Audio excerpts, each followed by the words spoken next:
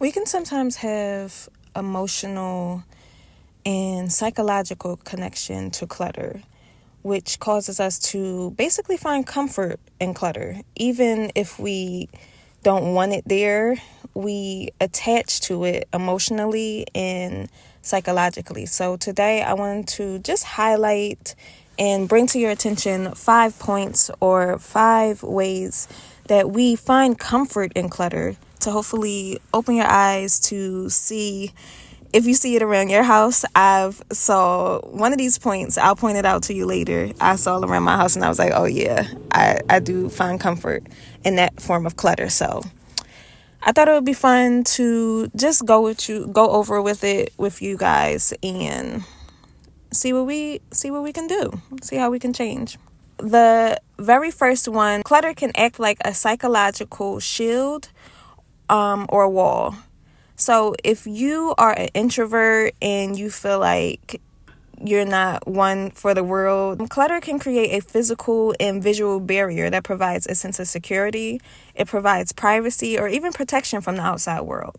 So that's our unconscious way of keeping the world out by building a nest, by building something that can protect us from the outside world. It's important to know the difference between a mess, which means like it's organized chaos, you know where everything is, and disorder, which means you can't find anything, you're tripping over things when you wake up. The second one is clutter as a memory or identity anchor.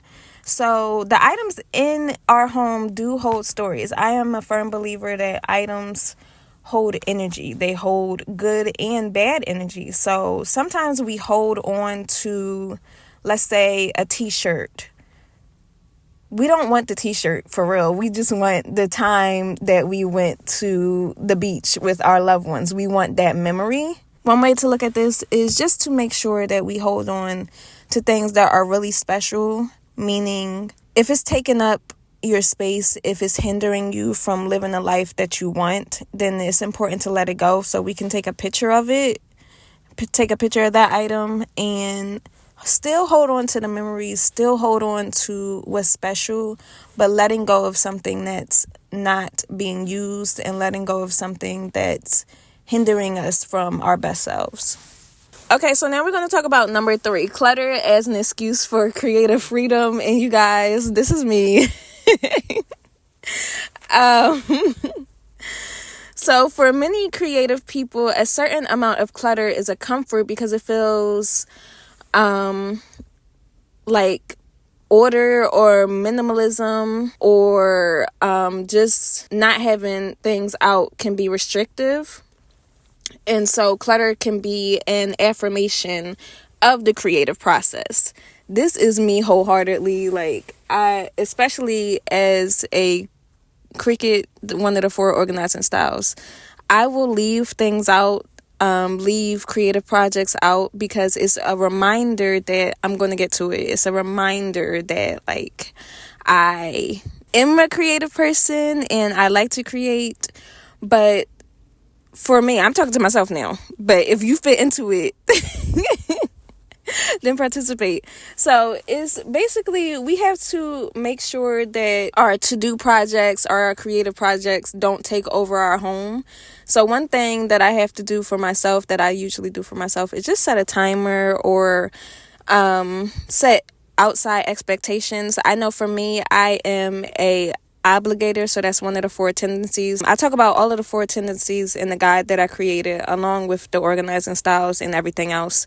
But my tendency is an obligator. So in order for me to get to the projects, in order for me to actually do what I say I'm going to do, I have to have outside accountability. I have to have accountability.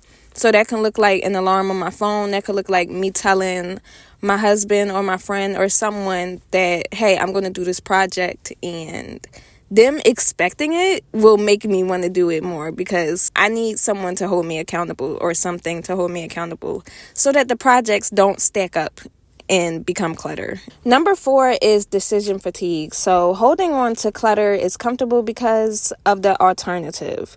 which means that you have to sit down and decide what you want to keep and what you want to discard. And that could be mentally exhausting, especially in today's world where we have so many things distracting us, so many things that want our attention. Bringing our attention to our home and to our clutter can seem like a big job.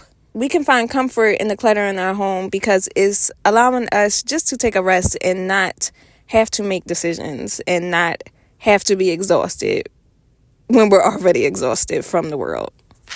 Being distracted is causing you to have the decision fatigue. So having quiet time, designated quiet time to where maybe you drive in a car with silence, or maybe you don't instantly turn on something or instantly start scrolling.